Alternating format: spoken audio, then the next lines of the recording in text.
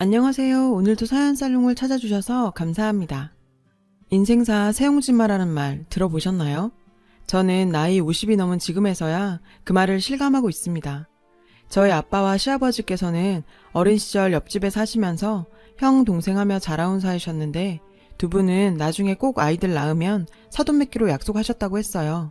사회로 나온 두 분은 동업을 시작하셨고 동네 철물점부터 시작했던 사업은 점점 커지면서 번듯한 자동차 부품 공장이 되어 두 분은 사장님들이 되셨는데 정말 생사고락을 함께 하셨어요.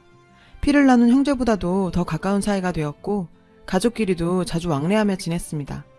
남편에게는 여동생이 있었는데 저와 동갑이던 유진이는 미국으로 유학 가기 전까지 초중고를 함께 보내면서 속에 있는 이야기 다 털어놓을 정도로 가까웠죠. 나중에 오빠랑 결혼하면 본인이 제대로 미운 신의 노릇 해주겠다며 농담도 할 정도로 유진이와는 둘도 없는 사이였어요. 우리 셋은 어린 시절 대부분 추억을 공유할 만큼 함께 보냈어요. 태어날 때부터 정해진 운명이었나요? 그저 친한 오빠로 생각하던 남편이 남자로 보이기 시작한 건 제가 방학 기간 동안 잠깐 미국에 어학연수 갔을 때였는데 아버지는 저를 남편이 유학하고 있던 뉴욕으로 가길 원했고 저도 처음으로 타지로 가는 만큼 누군가 기댈 곳이 있다고 생각하니 마음이 놓인 것도 사실이었어요. 남편은 언제 또 뉴욕에 오겠냐며 자기 공부도 바쁜 와중에 저를 데리고 관광시켜주고 맛있는 것도 많이 사주면서 즐겁게 지냈는데 3개월간 함께 뉴욕 생활을 하면서 보게 된 남편의 모습은 어린 시절부터 봐오던 친근한 오빠가 아닌 멋진 남자의 모습이었어요. 전 세계 사람들이 다 모인 뉴욕에서도 항상 당당했고 친구들 사이에서 리더십이 보이는 남편의 모습은 정말 멋졌죠. 이런 남자라면 진짜 아버지 말대로 결혼해도 믿고 살 수 있겠다는 생각을 하면서 마음에 품고 있었는데 남편은 친구들과 파티가 있을 때마다 저를 초대해서 본인 미래의 와이프라고 소개했는데 그땐 그저 농담으로 하는 말인 줄로만 알았어요. 제가 뉴욕 어학연수를 마치고 돌아가기 전날 남편이 저에게 반지를 내밀더라고요. 현지야, 사실은 내가 아저씨한테 너 여기로 보내달라고 부탁드렸어. 너한테 고백하고 싶어서.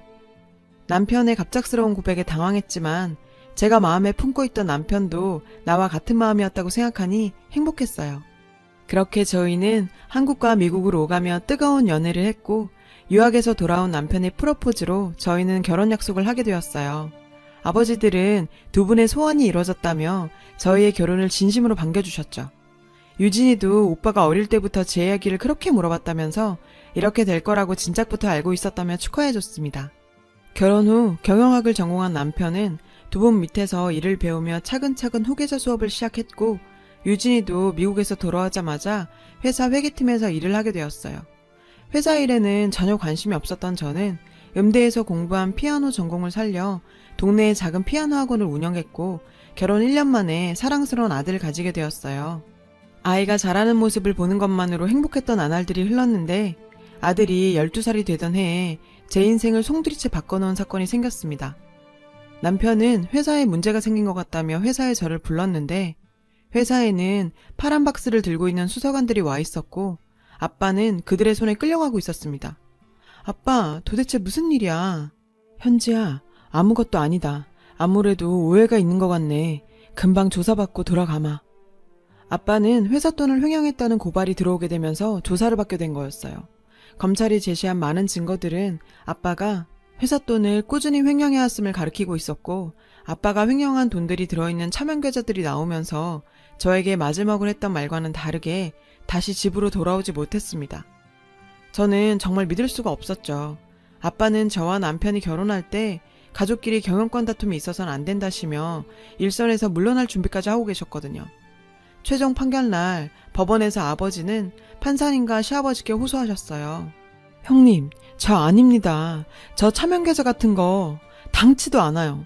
저를 잘 아시지 않습니까? 분명히 무슨 오해가 있을 겁니다. 형님, 저 믿으시죠? 형님! 상철아, 네가 나한테 이럴 줄 몰랐다. 내가 너를 얼마나 믿었는데 이렇게 오랫동안 우리를 배신할 줄이야. 너를 위해 어떤 것도 하고 싶지가 않다. 시아버지께서는 아버지에게 심한 배신감을 느끼신다며 어떠한 도움도 주지 않겠다 하셨어요. 그렇게 냉정하게 행동하셨는데 어찌 보면 평생의 중마고에게 실망하신 시아버지의 행동은 당연했죠. 모든 증거가 아버지를 향하는 상황에서 심지어 엄마나 저조차 아빠를 완전히 믿어줄 수는 없는 노릇이었고 징역 5년에 추징금까지 받게 되면서 아버지는 교도소로 들어가게 되었습니다. 그리고 회사의 경영권 모두는 시아버지께로 넘어갔고요. 일주일 정도 지났을까요? 시어머니께서 집으로 저를 부르셨어요. 그곳에는 시부모님과 남편, 유진이까지 모두가 모여 있었고 시어머니께서는 저에게 서류 한 장을 내미셨습니다. 너도 잘 알겠지. 너의 아버지 때문에 지금 회사가 어떻게 됐는지. 우리가 더 이상 배신자의 가족하고 어떻게 가족일 수가 있겠니. 당장 여기 도장 찍고 내 아들하고 이혼해라. 시어머니는 배신자 가족과는 살 수 없다며 남편과의 이혼 서류를 내밀었고 옆에 가만히 서 있는 남편은 이미 얘기를 끝낸 모양이었습니다. 현지야, 너를 보면 자꾸 배신한 아저씨가 생각이 나서 나도 더 이상 같이 못 살 것 같다. 그냥 우리 여기서 헤어지자. 아니, 아직 아버지께서는 억울하다고 하시고 조금만 더 기다려보면. 옆에서 지켜보던 유진이는 저에게 쏘아붙이며 말했는데요. 야, 이현지, 넌 양심도 없니? 너희 아빠가 한 짓을 보고도 억울하다는 말이 나오냐? 야, 아저씨가 회사 돈 뒤로 빼돌려서 니네 가족 배불리려고 한 거 아니야. 정말 기가 막혀서. 믿었던 남편과 저희 단짝 친구라고 생각했던 유진이까지 더 이상 저를 보기 힘들다는 모습에 이혼 서류에 도장을 찍을 수밖에 없었고 아들의 양육권까지 뺏기고 마치 죄인처럼 그 집에서 쫓겨났어요. 이혼 후 아들 얼굴 한 번만 보게 해달라면 사정했습니다. 시어머니는 더 이상 이 집안일에 관여하지 말고 죄인답게 쥐죽은 듯이 살라는 말뿐이었어요. 절대 저와 아이를 못 만나게 하셨죠. 다른 건 다 괜찮았지만 내 배 아파 낳은 아이의 얼굴도 볼 수 없다는 사실에 저는 절망했고 제 인생이 나락으로 떨어질수록 상황을 이렇게 만든 아버지에 대한 원망이 커져만 갔어요. 아빠의 외로운 싸움은 계속되었습니다. 엄마도 변호사를 구해 이리저리 뛰었지만 수차례의 항소에도 아빠의 목소리는 어느 누구도 들어주지 않았죠. 너무나도 억울했던 아빠는 스스로 죽음을 택하면서 마지막 호소를 하셨습니다. 갑작스러운 비보에 이 사건 때문에 몸이 좋지 않으셨던 엄마는 감당할 수 없는 충격을 버티지 못하시고 쓰러지셨습니다. 저 홀로 아빠의 장례식을 치르는 동안 시댁 식구 어느 한 명도 모습을 보이지 않더라고요. 아무리 미워도 평생을 중마고우로 지내온 친구 가는 길조차 바라봐주지 않는 시댁 식구들이 이해가 되질 않았고 그냥 야속하기만 했습니다. 아빠의 유류품에는 눈물로 꾹꾹 눌러 쓴 작은 쪽지가 하나 있었는데 현지 엄마, 현지야, 나는 억울하다. 나는 절대 그러지 않았다. 아빠의 쪽지에는 죽음으로까지 억울함을 말하고 싶었던 심정이 드러난 짤막한 호소가 있었어요. 그걸 보니 아빠를 끝까지 믿어주지 못하고 원망까지 한 제 자신이 한심스럽더군요. 세상 천지에 별거 없이 벌어진 저로서는 아버지의 억울함을 풀어낼 만한 힘은 없었어요. 더는 서울에 남아 있을 수가 없었던 전 아픈 어머니를 모시고 지방 조그마한 시골 도시로 내려가서 새로운 삶을 시작하게 됐습니다. 주변을 통해서 아들의 소식은 들을 수 있었지만 강경한 시어머니 때문에 제 아들 얼굴조차 볼 수가 없었죠. 매년 아들 생일날 남편을 통해 생일 선물과 편지를 전달하는 것 정도가 제 아들에게 해줄 수 있는 전부였어요. 남편은 가끔 저를 보면 많이 안타까워하는 눈치였지만 딱 그 정도라고 생각했어요. 그렇게 세월이 흘러가고 시아버지가 돌아가신 후 남편은 회사의 대표이사가 되었습니다. 회사를 키워가며 승승장구하고 있다고요. 그러던 어느 날 남편이 갑작스러운 사고로 사망했다는 소식을 듣게 되었어요. 이게 무슨 일입니까? 아무리 시간이 흘렀지만 내 아이의 아빠고 한때 사랑했던 사람이 죽었다는 소식에 마음 한켠이 무거웠습니다. 장례식에 가보려 했지만 어머님과 유진이는 지난 세월 무색하게 반대하더라고요. 남의 아들 장례식장에서 깽판 놓을 생각도 없었고 그렇게 저는 참석하지 못했습니다. 시골 마을에서 작은 피아노 학원을 운영하던 저는 여느 날처럼 학원에서 아이들을 가르치고 있었는데 뒤에서 누군가가 들어왔어요. 엄마! 뒤를 돌아본 순간 정말 상상만 하고 꿈에서만 그리던 아들이 눈물을 흘리며 서 있었고 20년이 지난 세월이었지만 내 아들이라는 걸 한눈에 알아볼 수 있었죠. 지호야, 어떻게 네가... 저에게 아기처럼만 보이던 12살짜리 아들이 30이 넘은 건실한 청년이 된 모습에 저는 흐르는 눈물을 주체할 수가 없었습니다. 20년간 그리워만 하다 먼발치에서 소식만 전해 듣던 아들이 내 앞에 서 있다니 정말 믿을 수가 없는 상황이었어요. 아들은 지금까지 제가 본인을 보는 것을 극도로 원치 않는다는 시어머니 말에 저를 원망도 많이 했다고 하네요. 엄마가 그렇게 보기 싫어하는데 자기가 찾아간들 뭐하나 싶었대요. 얼마 전에야 제가 생일 때마다 편지와 선물을 보냈다는 사실을 알게 되었답니다. 할머니가 자신에게 말한 것이 모두 거짓이었다는 것도 알았다더군요. 더 일찍 찾아오지 못해 미안하다며 눈물을 흘렸는데 능력 없는 엄마가 더 미안했죠. 이렇게 아들 얼굴을 가까이서 볼 수 있다는 사실만으로도 너무 감사한 일이었고 아들과 20년간 못다한 이야기를 나눴습니다. 너무나 성실하고 바른 지식인으로 자랐더라고요. 내가 낳은 아이가 맞나 싶을 정도였습니다. 아들은 아버지가 자신에게 남긴 유언이 장 변호사를 찾아가라고 했답니다. 그리고 자신에게 엄마가 늘 생각을 하고 있다는 소리를 전해 들었다고요. 엄마, 아버지가 돌아가시기 전에 엄마한테 전해달라고 한 편지 한 통을 장 변호사에게 남겼는데 이거 엄마가 봐야 할 것 같아서. 장 변호사님은 아들에게 남편이 남겼다는 편지를 전해줬는데요. 남편이 남긴 편지에는 충격적인 사실이 들어있었습니다. 현지에게, 현지야, 오빠야. 이제까지 너 하나 지키지 못해서 미안하다. 이 편지를 언제 전할 수 있을런지 모르겠지만 죄책감이 깊어져만 가는 오늘 글로라도 남긴다. 꽃같은 나이에 시집와서 너를 행복하게 해주고 싶었는데 이제 와서 정말 면목 없다. 몇 년 전 너무 충격적인 사실을 알게 됐어. 그게 너무 충격적인 내용이라 지금도 선뜻 이 모든 걸 바꿀 용기가 나지 않아. 회사 공금 횡령으로 구속된 너의 아버지는 사실은 누명을 쓴 거였어. 실제로 공금 횡령을 하다 걸린 건 바로 내 동생인 유진이다. 그리고 우리 아버지의 회사에 대한 욕심이 더해져 실로 우리 집안은 괴물이 됐어.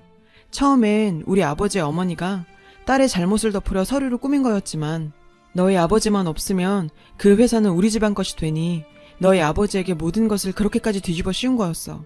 아예 관계도 끊어버리고 말이야.